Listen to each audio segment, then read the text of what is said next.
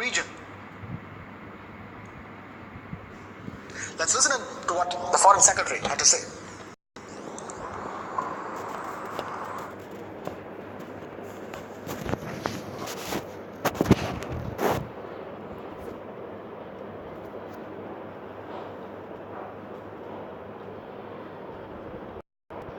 Of course, Prime Minister and the President of China also recognize the common threat posed by terrorism. Both reiterated their strong condemnation of and resolute opposition to terrorism in all its forms and manifestations, and both committed to cooperate further in counter-terrorism. जहाँ तक आतंकवाद का मुद्दा है, एक general level पे discussion हुआ है, क्योंकि जैसे मैंने कहा स्पेसिफिक मुद्दों पे इस स्तर पे बातचीत नहीं होती है। तो और वहाँ दोनों भारत और चीन दोनों का रुख है कि इस मुद्दे पे there will be no tolerance for terrorism, and that it is in the interest of both countries to collaborate. As I said, beyond that, it is a matter for discussion, and it is a continuing discussion between the two countries on how to collaborate in this area. And we have Police Executive Editor Abhishek Kapoor joining us with live updates for the second. Abhishek, good afternoon, good evening according to the timing over there. But what a diplomatic victory for India coming under the circumstances. Over the last 8 months, we've seen nothing but India and China facing so much tension, especially apart from Doklam, the Belt and Road Initiative where China partners up with Pakistan and then India becomes the outsider. And now Pakistan has been put in a corner with this important economic project in Afghanistan.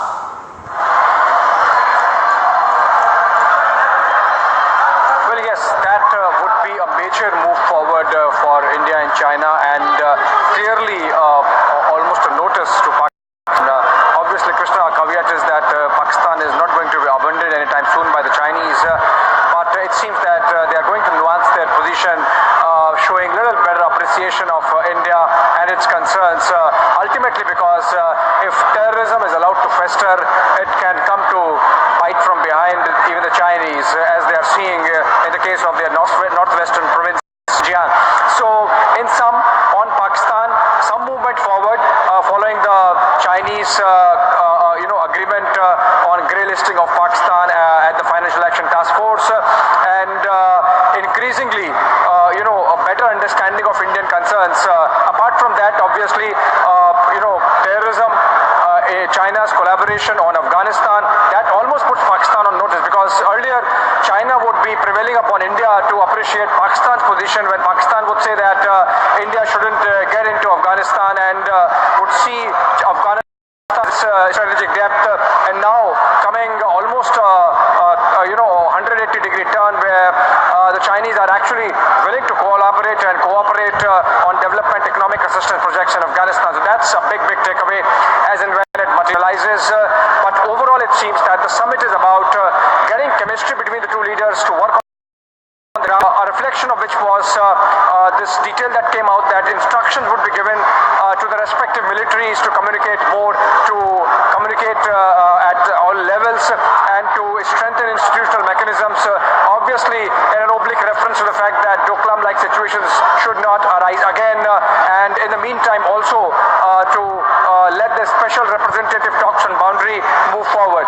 So it's clear that the summit had its open agenda, at the same time certain idea and anticipation, and it seems from the outcomes that while there were no exact deliverables, the overall mood and the thought that was behind the summit has been substantially achieved.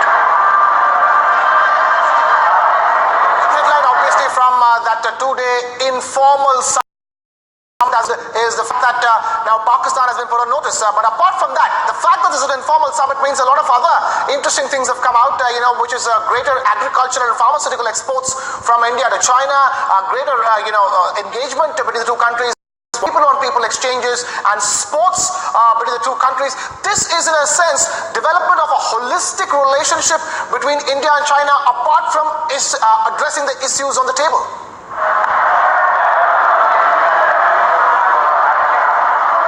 Yes, Krishna, sports is an area, in fact, where India can have a lot of takeaways from China. They very regularly are in top 3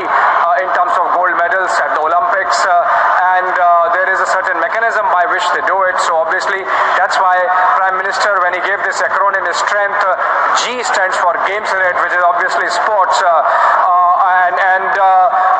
The fact that Prime Minister raised the balance of trade issue with the Chinese, and it seems there is some understanding that has been reached based on which possibly there would be little greater exports on